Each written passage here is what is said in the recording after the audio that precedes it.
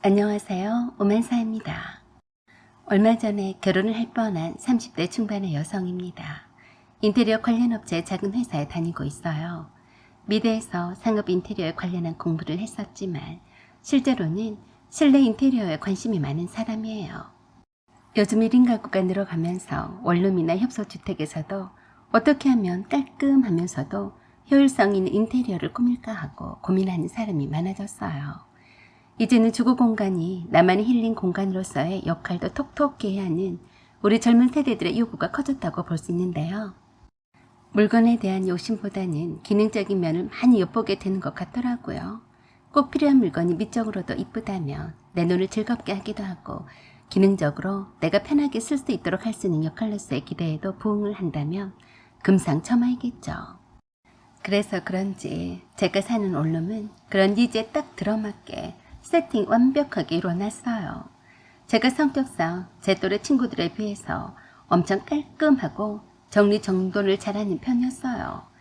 좁디좁은 올림살이를 하더라도 작은 화병에 엣지 있게 꽃 한 송이는 생활로 늘상 꽂아 두었었고 소품 하나하나에도 감성이 넘치도록 진열을 했습니다. 퇴근을 해서 집에 들어왔을 때 그 쾌적함과 안락함이 제게 기쁨과 행복을 가져다 주기 때문이었어요. 누구를 위해서도 아니고 오로지 저 자신에게 보여주기 위해서 그런 거였죠. 그것은 저에게 생산적인 일임에는 틀림이 없었습니다. 집에 와서 에너지를 다시 충전받고 다음날 회사에 출근할 수 있었으니까요. 가끔씩 기록을 하고 친구들에게 자랑을 하고 싶어서 인스타에 집에서 일상을 사진을 멋지게 찍어서 올리기도 하지만 그저 친구들과 소통을 재밌게 하고 싶었을 뿐 다른 욕심은 없었는데 은근히 팔로우가 많이 늘어났더라고요. 남친은 저를 팔로우하는 사람 중에 한 명이었어요. 제 친구들 중에 지인 중에 한 사람이었죠. 남편은 처음부터 좋은 인상은 아니었습니다. 하도 메시지로 연락을 해오며 제 친구를 통해서 만나게 해달라고 졸라서 어쩌나 하고 남편 인스타 계정에 들어가 봤더니 사진마다 싹 다 보정이 들어가서 기생 오라비 같아서 속없어 보였거든요. 제가 무관심했더니 친구들과 모임에 살짝 친구가 기점을 해줬는지 나타나서 합석을 해서 제 실물을 영접토록 했었죠. 말하는 것을 지켜보니까 인스타에 올린 소가지 없어 보이는 사진처럼 사람이 나빠 보이진 않았습니다. 직장도 거짓이 없어 보였고 꽤나 야무져 보여서 봐줄만 하더라고요. 소개를 시켜준 그 친구 말로는 소문에 의하면 집안도 꽤나 괜찮은 것 같다고 들었다네요.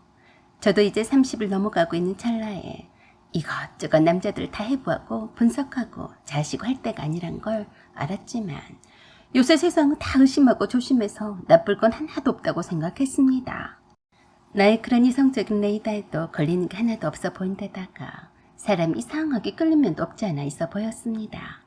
그래서 건전하게 잘 사귀다가 서로가 결혼말이 오가면서 결혼 약속도 하게 되었어요.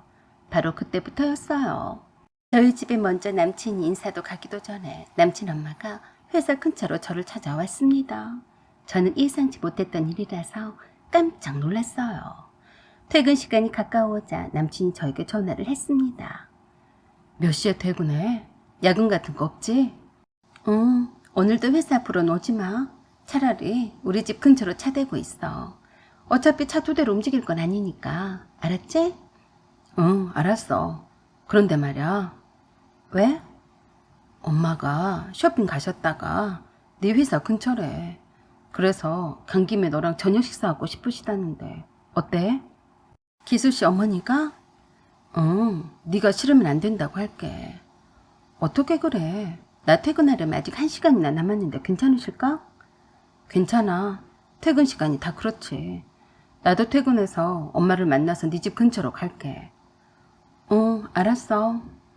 뜻밖의 남친 엄마를 만나게 되다니 장차 시어머니가 될 뿐이라서 기분이 묘하더라고요. 첫 만남이라 약간의 긴장도 되었지만 있는 그대로의 나를 보여주자는 생각에 편하게 맘을 먹자고 했습니다. 제가 살던 원룸은 바로 회사 근처라서 사실 걸어서도 출퇴근이 가능하기도 했어요. 하지만 업무 특성상 외국도 자주 나가야 할 때가 많아서 차를 끌고 다녔어요. 그래서 회사가 있던 건물의 지하주차장이 퇴근 시에는 무척 혼잡하니까 남친에게 제가 사는 원룸 근처에서 주차하고 기다리라고 한 거였어요.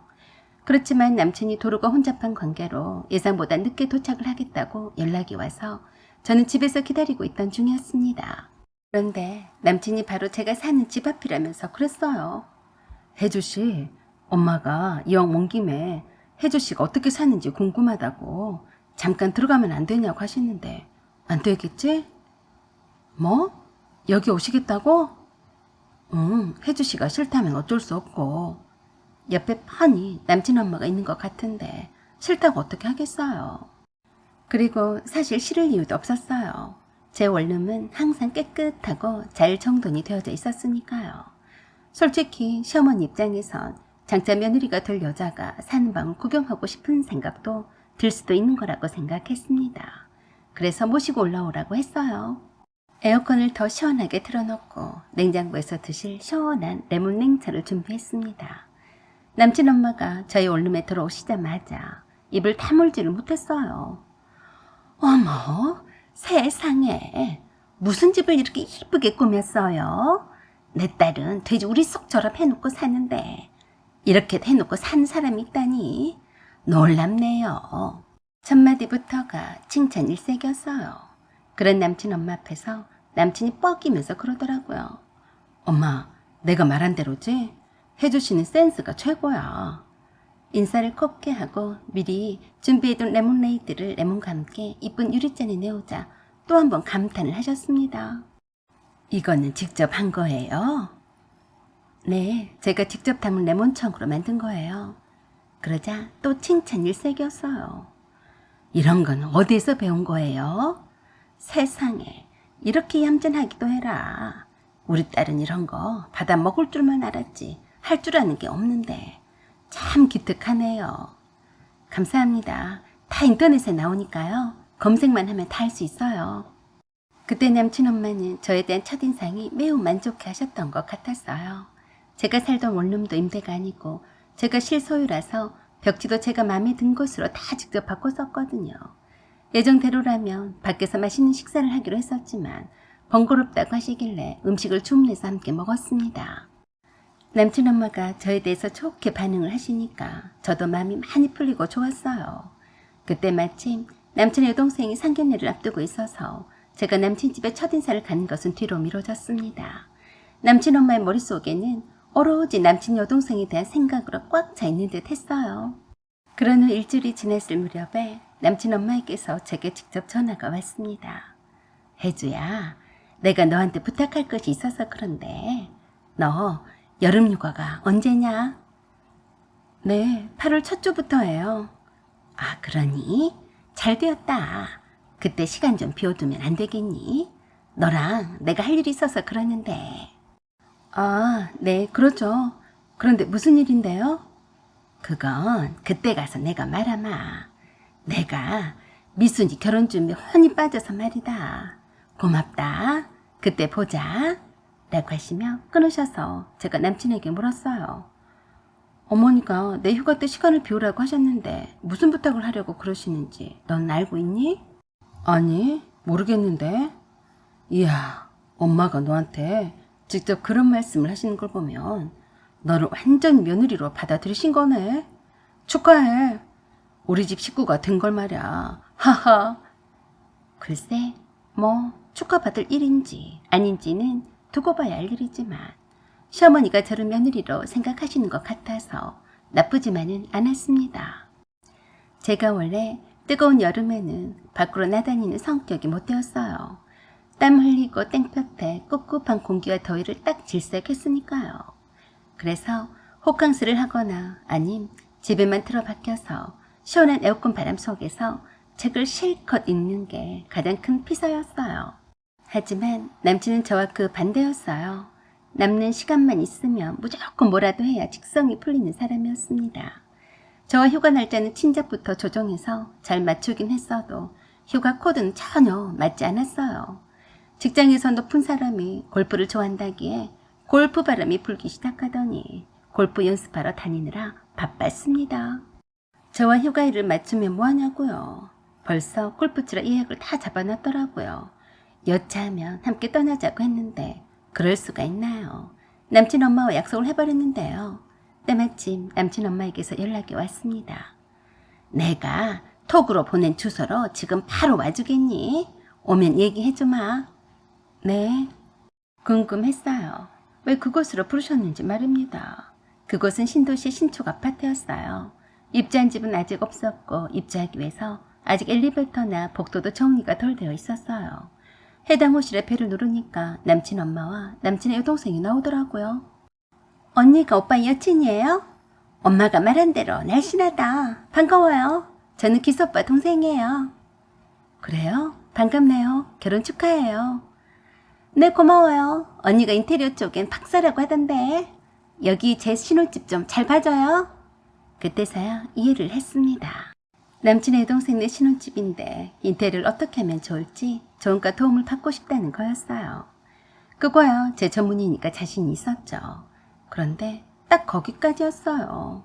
인테리어도 인테리어지만 손이 모자라서 저를 부른 거더라고요.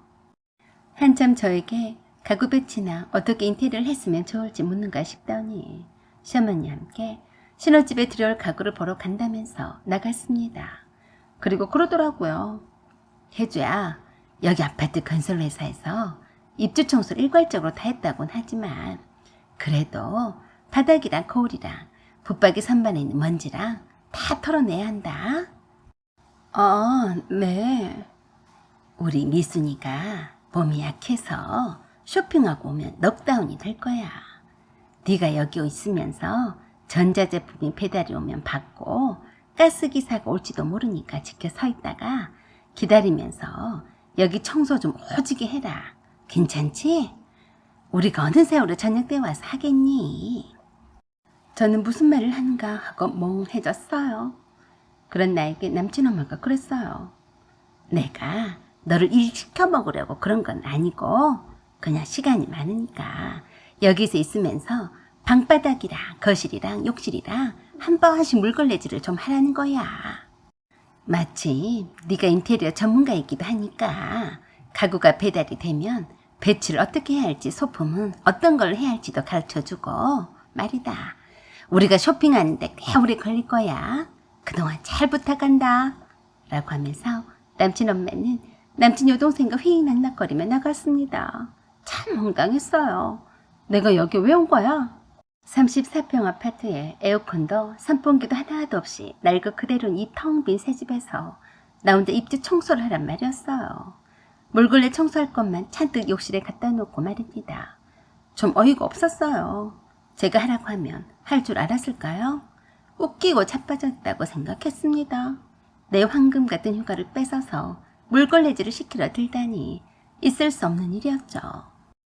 당장에 남친에게 전화를 했습니다. 너 거기 어디냐? 응, 여기 제주도야. 이제 막 도착했어. 나도 어머니가 불러서 왔더니 네 동생 신혼집 물걸레질을 하라고 하시더라. 뭐? 물걸레질? 엄마가 너한테 미순이 신혼집 인테리어 자문을 받는다고 하던데. 자문이고 뭐고 내가 할 일은 없을 것 같으니까 네가 거기서 이리 와서 입주 청소를 하든지 사람을 사서 보내든지 알아서 해라. 나 바빠서 갈 테니까 내게 아무도 연락하지 않게 해. 알았어? 그런다고 가버리면 어떡해. 그러니까 네가 알아서 하란 말이야. 이제 말귀도 못 알아듣냐? 그런 후 저는 그 집에서 나와버렸어요. 그 더운 날에 거기서 무슨 충성을 한다고 혼자서 입주 청소를 하고 있겠습니까? 세상에, 그래도 그렇지. 아들의 여친을 데려다가 입주 청소를 시켜먹는 남친 엄마가 어디 있을까요? 귀한 남의 딸을 막 부려먹으려 하다니 기분 참 더러웠습니다. 제가 그냥 두나보자 했어요. 남친이 남친 엄마에게 연락을 했는지 어쨌는지 남친 엄마가 저에게 전화를 했는데 받지 않았습니다. 받고 싶지 않아서 받지 않았어요. 받을 필요도 없었고요. 아빠가 전원주택에 집을 지으시고 텃밭 농사를 꽤 많이 하셨어요. 시골로 내려가 살면서 엄마는 소리 하나 까딱하지 않고 마님처럼 떠받들며 산다던 아빠의 말은 새빨간 거짓말이었어요.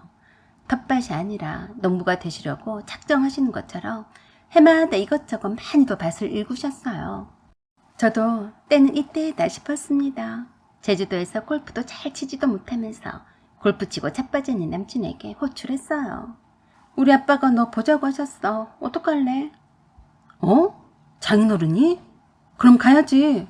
이까 골프가 문제야. 그래? 내일 아침 일찍 와라. 그래, 알았어 해줘야. 그런데 너 우리 엄마 전화를 왜 안 받았냐? 내가 물어보니까 네가 오해를 했더라. 엄마한테 전화 좀 드려. 내가 잘 둘러댔지만 좀 서운해 하시더라. 아이고 웃기더라고요. 그새 자기 엄마 말만 믿고서 별 가당치도 않은 소리를 짓거리는데 바로 앞에 있었다면 한 대 쥐어 박았을 겁니다. 오해는 무슨 오해냐? 물걸레질 하라고 시킨 사람이 누군데 그래. 내일 보자 라고 하고 끊었어요. 참 사람 심리가 이상했습니다. 그렇게 좋아했던 남친이었는데 그저 한순간에 시큰둥해지다니 사람 마음이 이처럼 쉽게 오락가락할 수도 있구나 생각했어요. 남친에게 아빠의 전원주택으로 바로 오라고 했습니다. 그래도 양손에 주렁주렁 매달고 왔더라고요. 한 손에는 한우고기 한 상자를, 또 한 손에는 엄마가 좋아하시는 전복 한 상자를 들고 왔어요. 사실은 그 전달부터 이모네랑 엄마가 놀러 가셨어요. 아빠한테는 일손이 바쁘니까 남친이 머슴처럼 일 잘하니까 인사도 할 겸 실컷 부려먹으라고 했습니다. 그래도 되냐고 하셨는데 그래도 된다고 했어요. 아빠, 기수씨 어머니도 나 딱 한 번 보고 기수씨 여동생 신혼집 입주 청소를 해달라고 불렀어. 아빠도 기수씨 막 부려먹어도 돼요. 그러자 아빠가 그 말에 열불을 내셨습니다. 뭐야? 진짜로 그랬어? 아니, 내가 얼마나 금지옥에 귀하게 키운 내 딸을 데려다가 뭐? 입주 청소를 시켰다는 게 사실이야? 그렇다니까. 그래서 아빠가 벼르고 계셨어요. 그래, 여리디 여린 내 딸에게 할 짓이 없어서 물걸레질을 시킨 집안의 아들이 얼마나 힘 한번 잘 쓰나 내가 두고 보겠다. 그랬으니 말끔한 양복을 입은 남친에게 아빠가 몸빼바지와 밀짚 모자와 장갑과 긴 장화를 신으라고 하고서 바로 밭으로 데리고 가셨습니다. 그 뒤는 안 봐도 비디오죠. 일이 처쟁겨져 있는 아빠는 시킬 것이 한둘이 아니었습니다. 아빠가 남친에게 그러셨어요. 자네 휴가가 아직 3일 남았다고 했지? 네, 장인어른. 그럼 내가 얼마나 자네가 힘 한번 잘 쓰고 체력이 좋은지 테스트 좀 해봐야겠네. 네? 무슨 말씀이신지? 무슨 말씀? 고추밭에 가서 고추도 따고 깻잎도 따고 옥수수도 따고 옥수수 수염도 걷어서 말려 한다네. 잔디 깎는 거 해봤나? 아니요, 안 해봤습니다. 그럼 잘 됐네. 좋은 경험 하겠구만. 돈 주고라도 못하는 농촌 체험 한다고 생각하게나. 아, 네. 그런데 장인어른 이거 다 혼자 사셨습니까? 사람 사서 하셔야 하는 거 아닌가요? 이 사람아. 텃밭 가꾸면서 사람을 사서 하는 사람이 어디에 있나. 즐거운 농사 체험이라 생각하게. 이 정도도 못하면 게을러 빠진 거지. 그래서 남친 아빠를 따라 하루 종일 떼앞에 밭에서 일만 했습니다. 땀을 비질비질 흘려가며 아빠가 시키는 일에 열심히 하려고 죽을 고생을 하더라고요. 보고 있으니까 좀 짠하기도 했지만 남친 스스로는 그게 장인어른한테 결혼 승낙을 받는 관문이라고 생각해서인지 열심히 시키는 대로 했어요. 제가 중간중간 어떻게 하고 있나 하고 확인차 둘러보다가 사진 한 장씩 찍어서 인스타에 실시간으로 올렸더니 난리가 났습니다. 누가 난리가 났겠어요? 남친의 그 얄미운 여동생이 보고 남친 엄마에게 알렸던 모양이었어요. 남친 엄마가 남친에게 전화를 내서 그랬다네요. 너 뭐하냐? 엄마, 나 바쁘니까 나중에 통화해. 전화 못 받으니까 끊어요.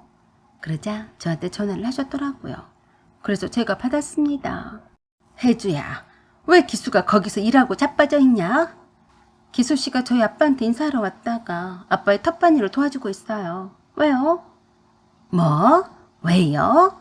인사를 하러 갔으면 인사는 하고 나올 일이지. 왜 기수가 네 집에서 일하고 있는 거야? 미래의 장인어른한테 잘 보이려고 자진해서 열심히 하고 있는데 아름답지 않나요? 기수씨는 저희 집에서 휴가를 마지막 날까지 보낼 거예요. 그러자 엄청 화를 내고 난리 부르스를 쳤습니다. 너 미쳤냐?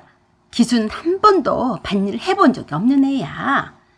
네가 뭔데 내 아들을 부려먹냐? 그래서 제가 따지면서 그랬어요. 저도 한 번도 입주 청소를 해본 적이 없어요. 그래도 어머니가 그 큰 집에서 혼자서 청소하라고 했잖아요. 어머니야말로 뭔데 저를 부려먹으려고 하셨어요? 뭐야? 내가 언제 너를 부려먹으려 했다는 거야? 네가 오해를 한 거다. 그게 잘못된 건지는 아셨나 보네요. 억지를 써서라도 오해를 한 거라고 하시는 거 보면 말이죠. 제가 아빠한테 어머니가 저에게 했던 것을 그대로 말씀을 드렸더니 아빠가 그대로 아니고 그 이상으로 되갚아 주겠다고 하셨으니까 기대하세요. 라고 하고 끊었습니다. 아빠가 남친이 일을 하는데 방해만 된다면서 핸드폰을 제게 맡기셨는데 남친 핸드폰에 톡이 불이 났습니다. 시어머니가 전화도 받지 않는 남친에게 기수야, 빨리 거기서 도망쳐라. 네 등골 빼먹으려고 작정한 거야. 빨리 일 그만두고 도망쳐. 하도 웃겨서 한참 웃어댔습니다. 그래서 제가 보라는 듯이 인스타에 또 일하는 남친 사진을 올려댔어요. 마당새처럼 일도 잘하는 내 남친 이란 글 아래에 사진을 올리자 남친의 여동생이 댓글을 달았더라고요. 미친 집구석이네. 사위가 될 사람을 막 부려먹어도 되는 거야? 미친 집구석은 이 남자의 집구석입니다. 며느리가 될 사람에게 입주 청소를 시켰어요.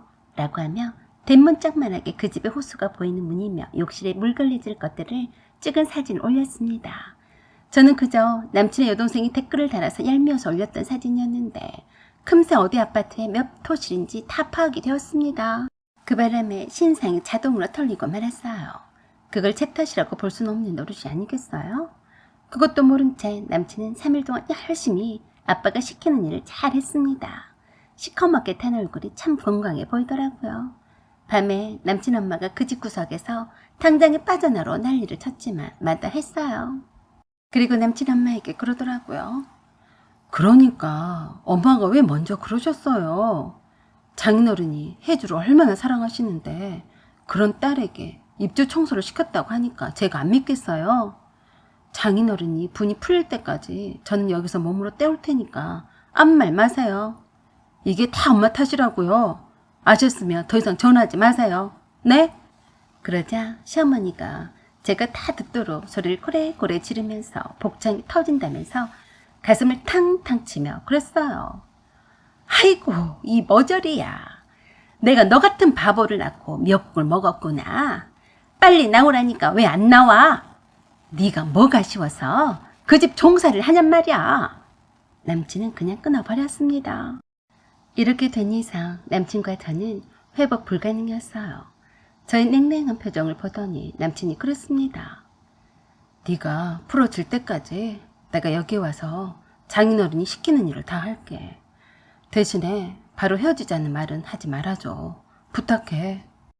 글쎄, 난 시간 같은 거 낭비하는 거 제일 싫어하는 사람이라 그러고 싶지 않아. 결국 남친은 제 마음을 돌리지 못했습니다. 아빠도 저와 똑같은 마음이셨어요. 일 하나는 야물딱지게 잘하네만 자네 집안에는 내 딸을 못 주네. 그동안 나를 따라서 일을 잘 해줬으니 옥수수랑 깻잎이랑 오이랑 상추랑 한 박스씩 담아뒀네. 가져가게. 생전 처음 해보는 농촌의 잡다한 일로 고생한 보람도 없이 남친은 고개를 떨구면서 돌아갔습니다. 저 아니고는 어느 누구와도 결혼하지 않겠다고 하는데 그건 두고 볼 일이었죠. 남친 엄마에게는 좋은 교훈이 되었기를 바랬습니다. 다시는 그러지 않겠죠. 사연은 여기까지입니다. 구독과 좋아요 부탁드려요. 감사합니다.